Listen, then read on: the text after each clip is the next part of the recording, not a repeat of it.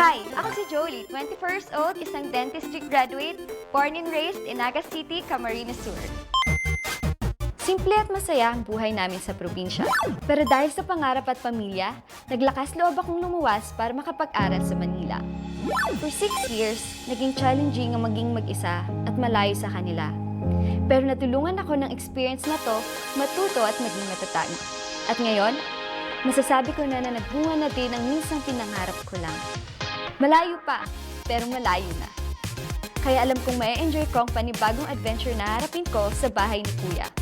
Ako si Jolly, ang smiling darling ng Camarines Sur. Pilipinas sa Team Online, i-welcome na natin ang smiling darling ng Camarines Sur, Jolie! Jolie, you may take out your blindfold.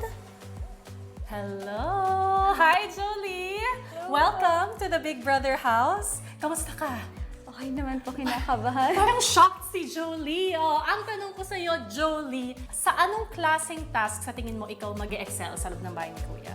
Sa tingin ko po sa mga balancing or any creative or artistic na mga tasks. Ay, artistic task. Yun ang magiging ambag ni Jolie sa loob ng bahay ni Kuya. Kaya naman excited na ako malaman kung ano bang unang task na ibibigay ni Kuya sa'yo. Are you ready, Jolie?